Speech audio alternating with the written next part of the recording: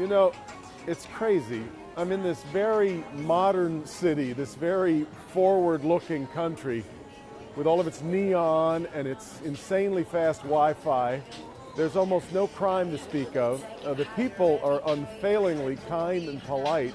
And yet when I told folks at home that I was coming here, I got a lot of, "Are you sure you want to go there right now?" Well, why not? Well, because this is South Korea. And I think from afar, folks expect a certain amount of tension. Doesn't there have to be tension? Is there anything we feared more than a madman with a nuke? Is that what South Korea has poised right outside the back door? I mean, how do you solve a problem like Korea?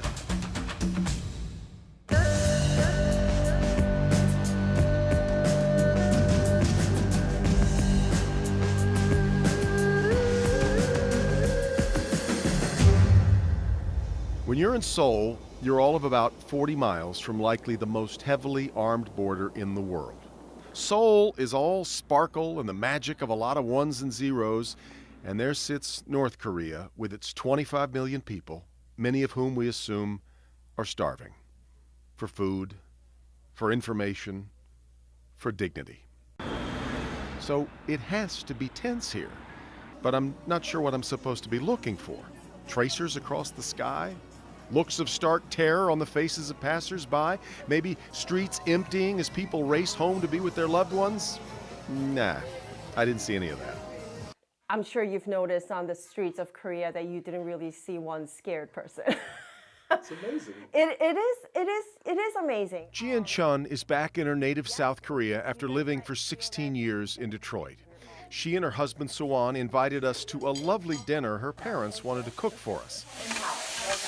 4 generations under one roof. Not unusual at all here.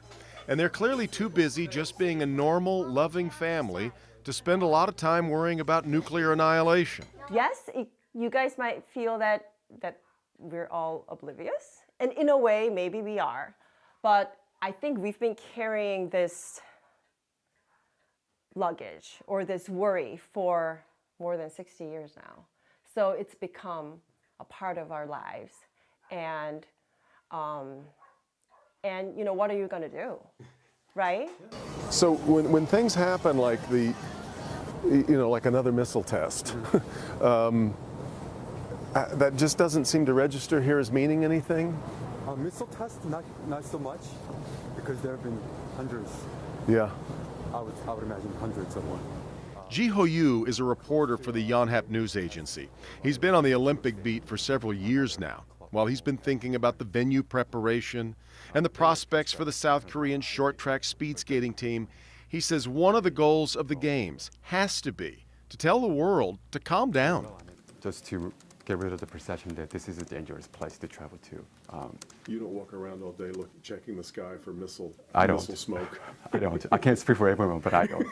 That is not the outlier opinion. In my many conversations with South Koreans, it came up a lot. Aren't you a little worried about North Korea? For us, this political tension on the peninsula is part of our daily lives. So I suppose we don't feel it as much. We've grown callous to it. It's more so like, oh, the crazy guy up north, right? South Korea is probably the most calm country in the world about the whole North Korea tension, right? I think the most freaked out nation would be the Americans. And I was freaked out too until I started really seeing it for myself. To find a more sober assessment, I had to go to Ban Ki-moon, the former Secretary General of the United Nations. It's not because people are not concerned, they are not expressing concern. Normally, Korean people are sometimes shy in expressing all this. And that's probably part of it. It would be bad form to just run around in a panic, and you really don't see South Koreans falling into bad form. But you know, technically, the Korean War never actually ended. After 3 years, the two sides signed a ceasefire, which is what is basically in effect today. It's never been cozy, but those missile launches and the nuclear saber rattling are a new chapter in a very long, very tense book. Definitely, this is one of the worst situations since the end of Korean War. while Korea has never been perfectly peaceful.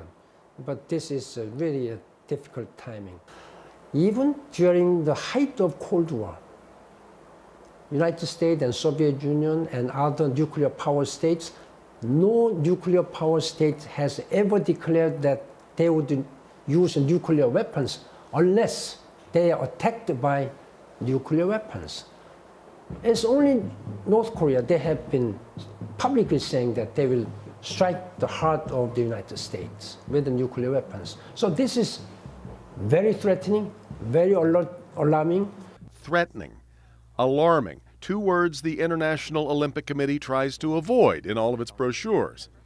But yes, the Olympic flame will be lit just 50 miles from the Korean DMZ. Insert your own joke here about what that flame might look like. It's okay.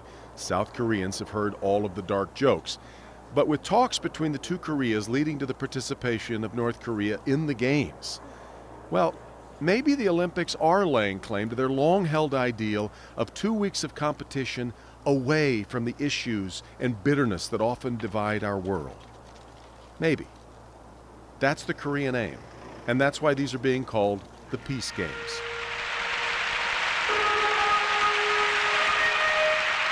When the Summer Games arrived in Seoul in 1988, South Korea was a blank canvas to many. For most Americans, Korea was mostly the backdrop for the TV show MASH. MASH, the epic television series that lasted 8 years longer than the Korean War that served as its backdrop. Seoul 88 changed that. Right, I mean, it really puts Seoul on the map. It was a perfect storm. It came on the heels of back-to-back Olympic Games that were boycotted by different blocks of the world. For them to sort of showcase their ability to host an event of that magnitude really helped the city and also the country itself. 30 years later, no such identity crisis to deal with. The canvas isn't blank anymore. Maybe there's K-pop on your Samsung phone. Maybe there's Korean barbecue sizzling on your LG range. Or maybe you just decide to pick up carryout in your Hyundai. Korea doesn't need the introduction it once did. But your impressions might need a slight course correction. Maybe the Olympics can help that. In fact, maybe the next 3 Olympics can help that. A lot of people have problems distinguishing between different Asian countries. So for us, it's a great opportunity to be able to really show what Korea is all about and how special Korea is. And then after us, Japan will have the opportunity to show the world what Japan is all about. And then after that, China will have the opportunity to show the world what China is all about. So I really think it's a great opportunity for us to start this era of Asian Olympics and really show what Korean culture, Korean technology, Korean music, Korean cuisine, what it's all about. What is it all about? Well, that's what I came here to find out. This little nation, tucked between a global behemoth and a temperamental loudmouth brother, is a nation about the size of Kentucky. But it punches way above its weight class. And with the Olympics on deck, it's clearer than ever that South Korea is rising. Coming up, the rise that came so quickly, the export of South Korean culture from K-pop to bibimbap, and we'll take you to the DMZ, where North Koreans have been willing to die on the run rather than live in desperation. There was a time when buying something made in Korea wasn't exactly reaching for the top shelf, but today, well, LG makes the TV that is the highest rated ever by CNET. I don't know how many appliances you might have in your house made by Samsung. They build everything from ships to skyscrapers as well. And consider this beautiful luxury car, the Genesis, which was the luxury brand spun off by Hyundai. The rise of South Korea has been extraordinary. Just 20, 30 years after the war, it was all about just put your head down, just keep working. So there was a sort of the country nationwide value attached to just work ethic, just keep digging on your way out of the I guess the remains of the devastating war. South Korea doesn't have any natural resources, so for a nation to be able to go from a country that was poorer, less well off than even Ghana in 30 years ago in terms of GDP is now top 12, top 15 GDP in the world. without any natural resources. Tim Che is the 26-year-old venture capitalist spearheading the 500 Kimchi Microfund.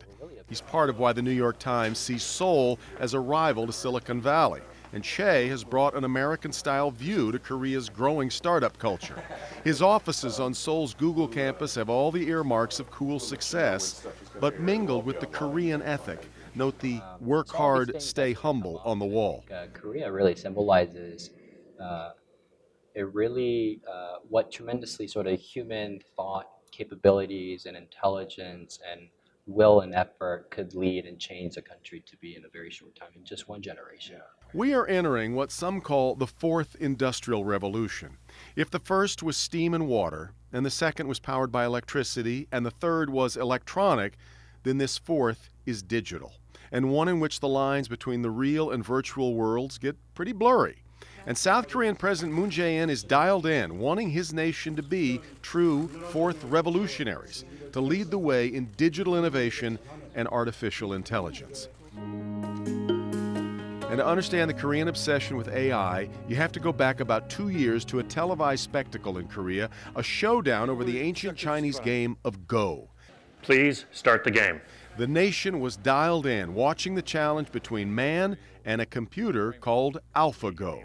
When AlphaGo beat Korea's biggest Go player, and they just understood the power of AI just in person that way. Congratulations to AlphaGo for an amazingly well-played game. It's probably one of the most watched, streamed events, right, in Korea. It's such a unique thing, people watching Go online.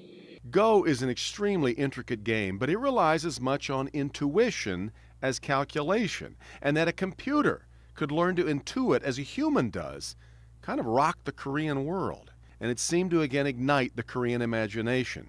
Che says that because the high-tech building blocks under Korean society are so robust, society just keeps jumping on the next thing. When you live in a country like that and you're surrounded by internet speeds that's probably 10 times faster than the rest of the world, and then you're able to come up with different ways, and you have this unlocks this potential ingredient, and you can sort of create a whole new recipe out of those things because the rest of the world doesn't have it. For a long time now, long before the West caught on, Koreans have filled stadiums to watch e-sport battles. StarCraft has been called Korea's unofficial national sport. Listen to these commentators losing it as a battle reaches its crescendo. I want those guys covering the half-pipe in Pyeongchang.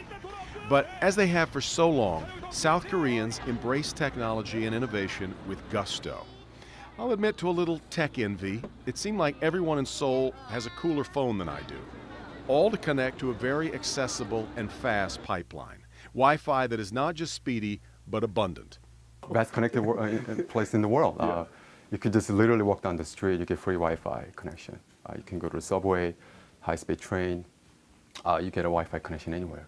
In fact, the promise of fast, free Wi-Fi was actually part of the South Korean Olympic bid, which might not be all that impressive until you remember they made that bid 7 years ago. They were thinking ahead. Access to all of that information, I think, in South Korea, it's a given. It's almost an overload, if you ask me. Because we're connected anywhere we go.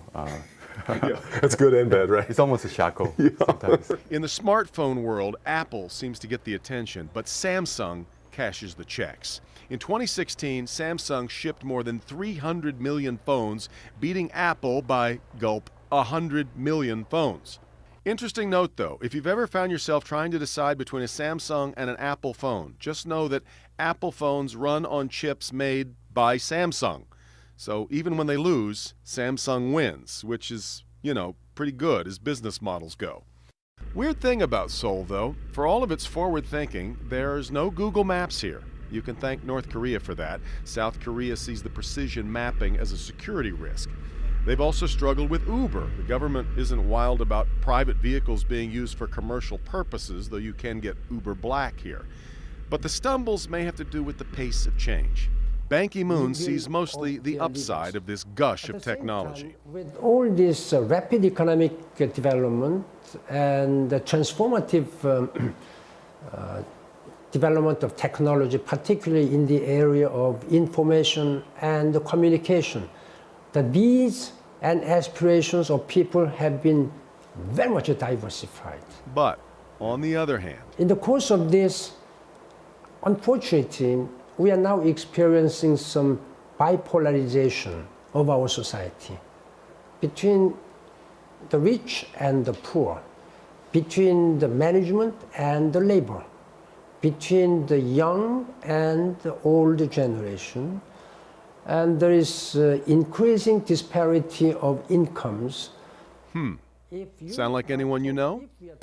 Coming up, the coming together of the North and South Korean Olympic teams. Has to be good, right?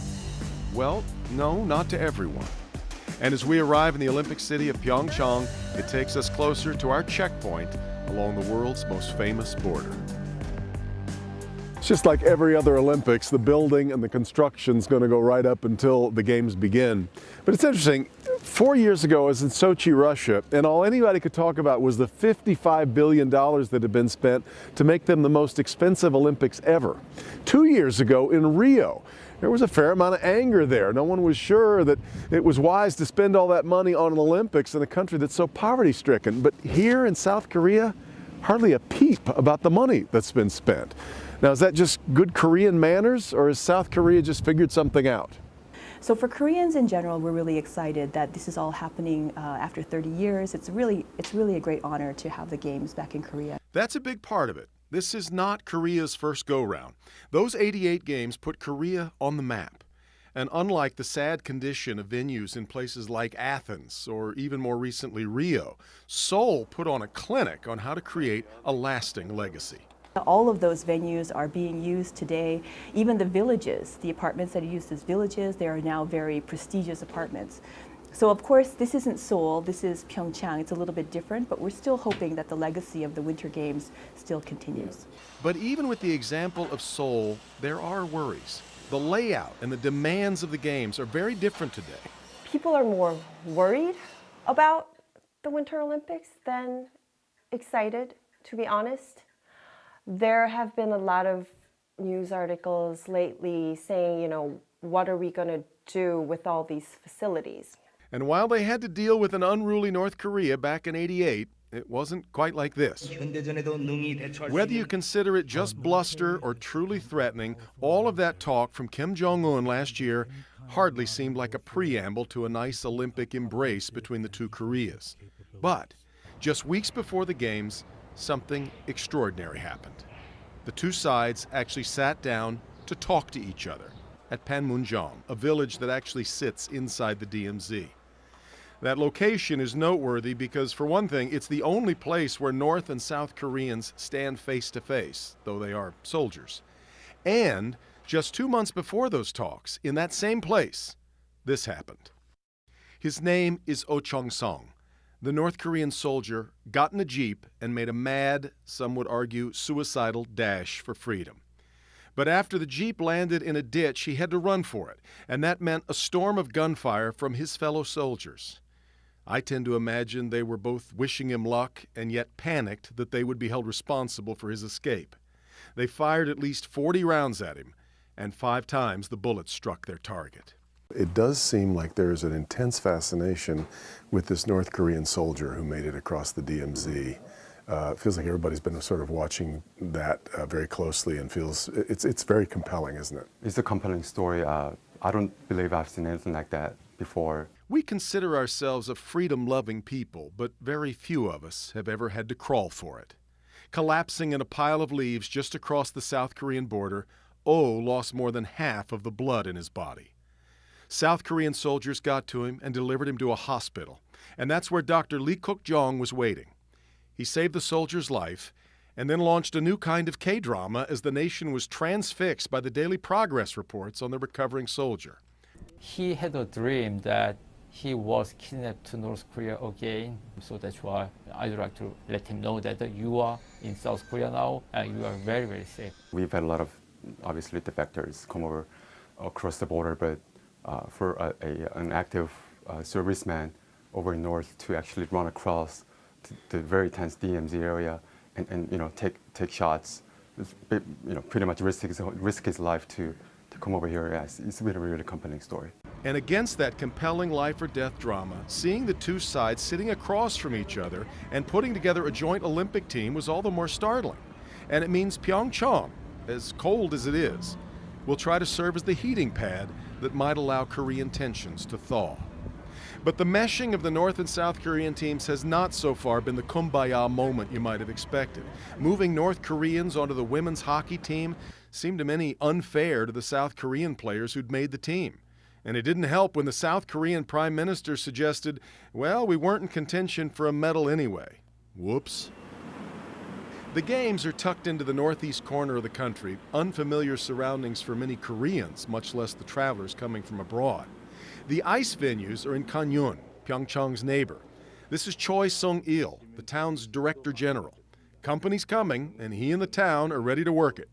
We've been preparing a SMILE campaign, which is preparing oneself for the people that will come for the Olympics, and I think that'll really help the other foreigners how they will look Korea.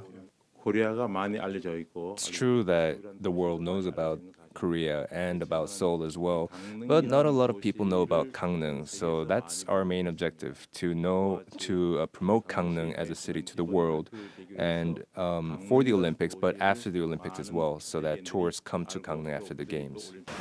By the way, don't expect any Rio-style issues with being ready. Most of the venues we toured looked like they just needed their hair combed and they're ready to go. If you're looking for an international rooting interest, you might consider the South Korean men's hockey team. The opportunity came. One of my friends, good friends of mine, he was part of the Korean Ice Hockey Association, gave me a call and said, "Are you free?" That's Jim Pak. Born in Seoul, raised in Canada, he became the first player of Korean descent to play in the NHL. And after spending years as an assistant with the Grand Rapids Griffins, he now finds himself the head coach of the home team for the Olympics. I always think, because I've covered a lot of Olympics, and when you're the host country, the pressure to do well really ratchets up a lot. Are you sensing that? You know, pressure is man-made, right? So, but there is a lot of pressure. In this culture, winning is everything. And it's not about the process, or it's just the result, it seems. Did you win or lose? He's working on creating a culture of winning in his program, and he's trying to build it on all he learned from the winged wheel. That experience in Detroit, seeing how a first-class organization's run, how the staff is run, how the players act, that's helped me a tremendous amount being here and passing that on. The Detroiter in you will also want to keep an eye on the ice dance team of Gamlin and Min. Yeah, especially because it's a home Olympics for us. We really wanted to showcase... Wait, what? Yeah, especially because it's a home Olympics for us. That's what I thought you said. Well, for Alexander Gamlin and Yura Min, it is a home Olympics. They're all decked out in the gear of the South Korean Olympic team. From the Novi Skating Club to Pyeongchang with a stopover at the Korean Embassy to apply for citizenship. The U.S. ice dancing team is talented and deep. Not easy to make the Olympic squad, but Yura had another option for them to consider. She was born and raised in the U.S., but was never far from her family's Korean roots. Korean was my first language before I went to school and everything, and my mom always taught me, like, you're Korean and you need to learn Korean and you need to know about the culture and everything, so I grew up, like, very familiar with Korean culture. She also grew up with dual citizenship, and if Alexander was willing, he could have it too, and he was. Though it is more than filling out a form. Along with learning Korean, I had to memorize the national anthem and like all the holidays and monuments and all that stuff. So you actually have to sing the national anthem to someone. I did, yeah. How'd that go? Well, he memorized the entire anthem, and he only had to sing like the first verse. So he was like, "I memorized the whole thing. Can I just sing it?" the whole thing is almost 4 minutes long, and I memorized the entire thing. And they were like, "Please sing the first verse." He's like, "What?" And I was like, "Can I just sing the whole thing? Spend so much time memorizing it all." Can you give me just a line or two? Oh no. Action. Oh really? Oh, okay. 동해물과 백두산이 No matter who they're skating for, they know where they'll be training, and that is Detroit, which has become a capital of the skating world. None of the athletes or officials I talked to seemed the least bit worried about their safety. They profess a trust in security, which sounds odd. I think of security as metal detectors. I don't know what you put up for missiles.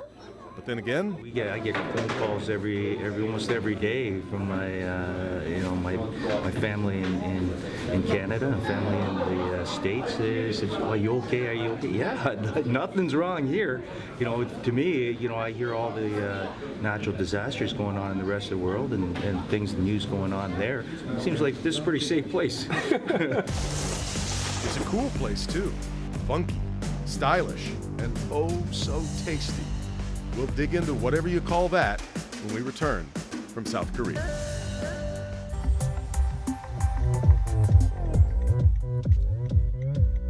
Gangnam Style. Gangnam Style. Yeah, that was us. We were driving through the Gangnam area of Seoul, and it seemed like a good idea at the time. But the Gangnam Style video is the third most watched video in the history of YouTube. And when that song came out in the summer of 2012, it went over like free candy. Well, it turns out there was a lot more inside the Korean candy store. You might struggle to find Korea on a map, but you won't struggle to find Korean culture. And with no tariffs to pay, no shipping costs, it's a powerful export for a country that, as Tim Che pointed out earlier, has no natural resources. So then what do we do? As a nation that's not that big, a 50 million medium-sized country, what are we able to do to sort of advance this country forward? It's probably going to be through soft exports, like soft culture, like K-pop, K-drama, Korean food. Oppan Gangnam Style. We all expected Psy's big hit to be a one-off, I imagine, something like the Macarena taking over and then evaporating. That has not been the K-pop story. It just kept coming, and now groups like the 7-member boy band BTS are even showing up on American awards shows, girls screaming as they sing along in Korean. They are a bona fide worldwide phenomenon. Almost to prove that K-pop is everywhere, while we were touring the Olympic venues, we came across a reality show taping a segment with a famous Korean sports play-by-play guy, and Sohee Kim, a K-pop star, I'm told is on the rise. And in true K-pop Asian television chaotic fashion, sure, let's bring in the American TV guy we don't know from Adam. 안녕하세요. And that's the extent of my Korean. Our play-by-play man is, of course, thrilled to cover an Olympics at home. And when I asked Sohee Kim about the worldwide audience about to drop in on the home of K-pop, 멋진 실력을 발휘하셔서 모두들 금메달을 타셨으면 좋겠습니다. 네, K-pop 스타 가수 대표로서 응원하겠습니다. As a I don't think I need that translated. I think I got that all figured out. Her excitement is well-founded. Visitors to Korea will find that K-pop infects everything, from fashion to advertising. They even blast the stuff into North Korea from huge speakers like these along the DMZ. It was one of the things North Korean soldier Oh Chong-song wanted to hear as proof that he was in South Korea when he woke up. Like New York, Seoul seems to be a city that doesn't sleep, only here, that's a literal description. The residents of Seoul average less than 6 hours of sleep a night. Oh, it's a very fast-moving city, isn't it? Very dynamic, very vibrant. There's a lot happening in the city, a lot of news. Who has time to sleep? How else to work a long day and still be able to take part in that great Korean pastime of tying one on? Yes, it takes just the smallest exposure to Korean nightlife to catch on to an important part of Korean life. People drink a lot here. They drink a lot. Yeah, until the world ends. Yes, Koreans are ready to drink you under the table. A lot of it is tied to your job. A night of drinking is as corporate here as a board meeting. It's a culture. My dad, he worked at Samsung. Which is known to be a very hardcore company that I don't think He always came home after I went to bed. Let's put it that way. They love beer. In fact, our first night in Seoul, we were introduced to chicken and beer. Chicken and beer is the staple of the baseball parks. Chicken and beer? You had me at hello. It's an actual thing here, and maybe the first sign for Americans that, this might be a really good place to hang out for a while. Now, on the wiser side, there is generally food to cut the alcohol, but goodness, there is a lot of alcohol to cut. And they love the hard stuff too. In fact, South Koreans consume more hard liquor per person than any other country. I spent a fair amount of time in Russia watching people wash down vodka like it was water. I was shocked to learn that South Koreans drink twice as much liquor as Russians, and it mostly boils down to soju. Soju is a distilled rice spirit that goes down way too smoothly. And for the 11th year in a row, the best-selling liquor in the world is Jinro Soju. Or try a bomb shot, a shot of soju in a beer, mixed with a loud crashing spoon. Be careful though, because one too many of these, and all of a sudden your photographer starts shooting things upside down. They also fuel up in the opposite direction, coffee. Seoul is home to more Starbucks than any other city. I don't mean per capita or anything, no. There are more Starbucks shops in Seoul than any other city in the world. But enough beverage talk. Let's eat. Just now, Korea is one of the high churches of gastronomy. And we made our way to the altar again and again and again. There was a time when Korean food only seemed to mean kimchi, the fermented cabbage dish. Its popularity has exploded all over the world, which actually amuses some Koreans. I mean, kimchi is not really the sort of the entree, if you will. It's not the sushi or the Chinese dish. It's just a side dish that we usually consume with a bowl of rice. Yeah. So it's not really something you can just eat on its own. But they eat a lot of it. The average Korean puts away 40 pounds of the stuff a year. Also, interesting note, Korea has a kimchi trade deficit. Korea can't compete with the cheaper imports from China, so Korea is actually importing more of its national dish than they're exporting. Crazy. But getting past the kimchi and into the real heart of Korean cuisine, I'm bringing in an expert. Did you try 번데기? Mina Oh is a YouTube star. She takes the subscribers to her Sweet and Tasty TV channel on energetic journeys through Korean food stalls and restaurants, and has built a legion of followers who like to watch her eat. Confession, I am one of them. I already told you, you have the greatest job of anybody I know. You get paid to eat on camera. Yeah. That's pretty slick. Let me tell you, people love crunchy sound. Right? People love the emotional experience you see from watching you eat. Yeah. So if you eat something, you're like, it's not fun to watch. You have to be like, oh, so delicious, right? You are kind of a ninja. You eat a lot. And yet, look at you. What's the secret to eating as much as you do? And I'm afraid that by the time I leave Korea, I'm going to be 100 pounds heavier. It's easy to gain weight in Korea. Yeah. I always used to gain 5 pounds at least whenever I visit Korea, but I found out the trick. Okay. I eat a lot and I eat every kind of food when I'm filming, but when I'm like living my daily life, I eat vegetables. I gotcha. I balance it out. Okay. That must be the secret that everyone here knows. For all of the food, the noodles, the sauces, the deep fried trouble, and all of that booze, it's hard to find anyone overweight here. Somehow, South Korea has one of the lowest obesity rates in the world. This is the part where you get like a foreigner to come in and eat bugs? Is that how this works? Mina tried to start me out with something called pundegi. It's a kind of pupa and kind of nasty. And I'm catching on to the fact that Mina has a prankish side. I mean, people are eating it, but not her, so I pass too. There's too much good stuff around, and it's a mind-boggling array. 감사합니다. There you go. Thank you. We sample what you might call a Korean pancake filled with cinnamon and sugar, and it's delicious. And I start to see what life is like for Mina when she's working. Her fans pop up all over the place. Thank you. Thank you, sir. There's lots of things on skewers, lots of things made out of fish cake and rice cakes, lots of sweet potatoes, but the longest line is for something called hutok, a deep-fried savory donut. It's quite an operation, and they're filled with things like kimchi, or in my case, glass noodles, I think. Lord knows what I ordered. If we don't know what it is inside, we bite into it and we'll find out. I like it. Cheers. Yeah? Cheers. All right. Oh. Hot. See, we got our crunch and a first-degree burn to go with it, I think. Okay. Look at it steam. I'm all in on this, though. That's delicious. Of course, it is deep fried, so how bad can it be? It's a little bit guilt-inducing, but it is tasty. I don't feel guilty at all. I'm with you. I'm doing this for television. Who work.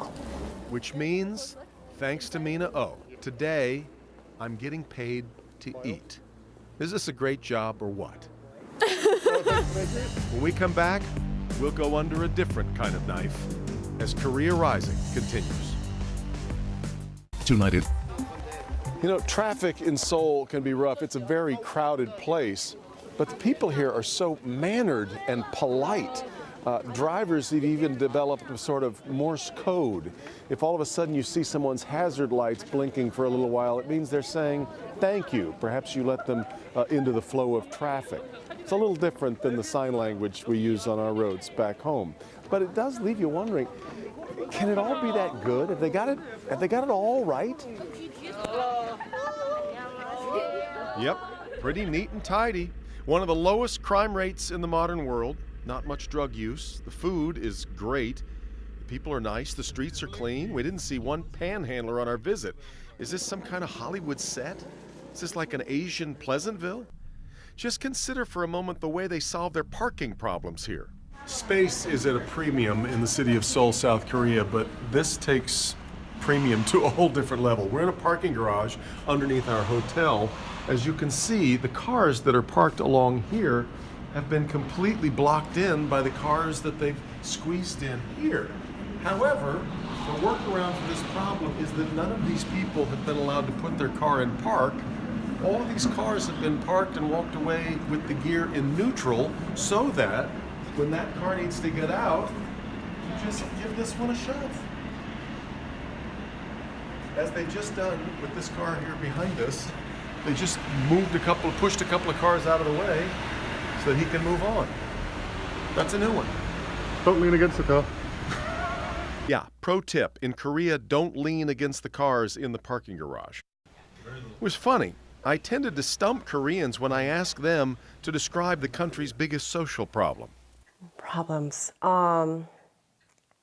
First off, it's really great that you're having a hard time thinking of one. Everybody should be so lucky. I don't know. So there's my quest. Where's the trouble? Well, I'm not sure it's fair to characterize it as a societal ill.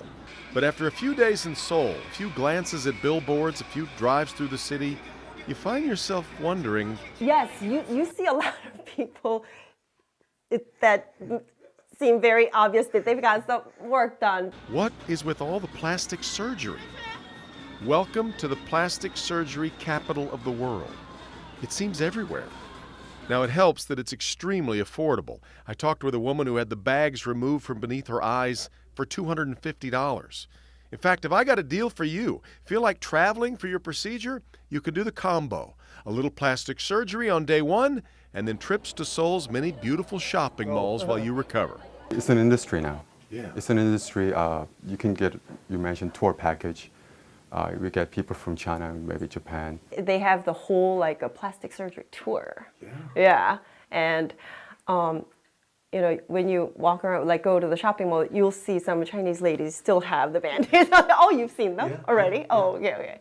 And no real stigma about it. It's not a taboo anymore. You can freely say, oh, I just got, this done a little here. The conversation is very casual. It wasn't something everybody talked about. Now, nobody seems to have any problem talking about it. No problem about it, and everyone's starting to compare. I got Botox at this clinic, it was, such and such, and I got Botox here, it's better there, this place. It's very commonplace. I don't know about the younger generation, but my generation, everyone talks about it. Oh, the younger generation is way ahead of you. There are studies that suggest that 60% of people in their 20s in South Korea have had some kind of plastic surgery. 60%. But why? Does it suggest some kind of longing, some inner anguish? Back to Mina Oh for a little perspective. I think it has a lot to do with media. And media in Korea is powerful, it feels like. Like K-pop, Korean dramas, they all look so slim and they have a certain look. And I think a lot of the fans or people who want that look will go and search for the surgery. There is a Korean ideal of beauty, generally thought to be fair skin, a V-shaped jawline, and big eyes. Like So-hee Kim. Yes, you imagine a lot of young Korean women would like to look just like her. But it can also be as strategic as it is aesthetic. You know, some people get surgery done before their job interviews to get the kind of looks they feel that the company executives would like to see from certain positions and for certain candidates. Yeah. So. Wow. By the way, maybe we should note, if an eye job were to cost $250 in the U.S., we might all be in for plastic surgery too. But again, I don't know if that's really some mark on Korean society. In fact, for the signs of trouble, maybe we need to go straight to the top. Korea's societal ills?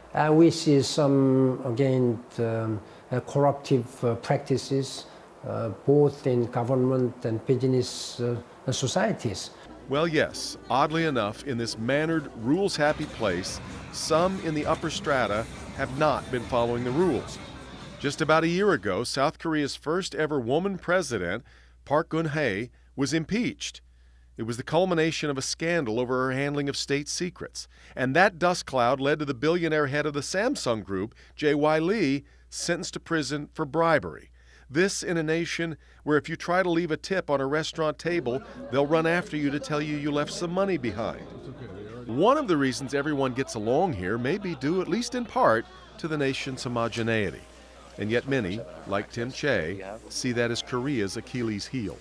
There's no diversity of thought, there's no diversity of background. We're all Koreans, and we're trying to open up to that a little bit. But if you look at Seoul, it's probably the least amount of foreigners that you'll see walking around in the business district compared to, let's say, Tokyo or Shanghai or Beijing. And I don't think that's, or Singapore, right? I don't think that's a good thing for the future of a world where it's certainly going to be more connected than what it is today, right? Fast forward the Earth 100 years. So I suppose you can find ills anywhere, but I'd have to say they are a little harder to find in Korea than just about any place in my passport. So maybe instead of looking for trouble, it's better to just marvel at it all. And giving more people a chance to see that, well, that's what the Olympic moment can bring to the host nation. This will be a very real good opportunity for us to really show how much matured democracy, how much developed economy, and how much healthy society Korea has been making. And this is our strong commitment. When we come back, we will take you to the 38th parallel, the most notorious border in the world, as Korea Rising continues. If you visit the United States and only go to New York, or visit France and only see Paris, you can leave with an almost funhouse mirror understanding of a place. And that's why this stop, up a mountain, hidden in the woods, this may have been my favorite few moments in South Korea. If you only go to Seoul, you might come away thinking that South Korea is just jet-fueled on neon and smartphones. But there is also a quieter, contemplative side of Korea. You find that if you get a few hours outside of Seoul, like at this Buddhist temple. The organizers of the Pyeongchang Games hope the visitors find that too. A lovely, peaceful detour, maybe at odds with the next stop on our travels. It's a drive to the DMZ. And the portion we're approaching isn't what I've seen so often in news footage. We're at the very far northeastern corner of South Korea, which means we're right along the ocean, right where two Korean corners meet. We have to give up our passports at a military checkpoint. I never like to part with my passport. And we're told to follow our military escort closely up into the hills. So yes, we're a little on edge. Until we finally arrive at the observation point, open the doors, and hear kids. Yeah, kids. With their families on a cool, crisp outing to the demilitarized zone. On a warmer day, they might have sat down for a picnic. They see the soldiers, they know there are landmines not too far away, and they know it's a bitter divide. But it's also a curiosity, perfect for a field trip. Just to get a glimpse of that long estranged family member, truly so close and yet so far. Well, this is it, the DMZ, that very tense but very thin line that separates North and South Korea. You get here and you realize how ironically named it is. It is a demilitarized zone, and yet with soldiers lining both sides of this 160-mile line, it is actually one of the most highly militarized areas in the whole world. When Korea split in two, it was a deep, agonizing fissure that cut right through the nation's psyche. Families found themselves marooned from one another, and for a long time they dreamed of a happy family reunion. But that was a long time ago. Those separated families, the numbers are decreasing day by day because there are not many people left because of the 70 years of division. When the border went up, it suddenly separated Ji In-chun's grandmother from her sister, and her grandmother spent much of her life dreaming of the two Koreas together again. Maybe that's what the rest of the world expects will happen, but here, it is not the common wish. No. No. I think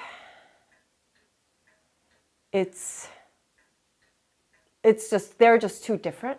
The connections wither and fade, which means the urgency, the desire for a reunified Korea dissipates day by day too.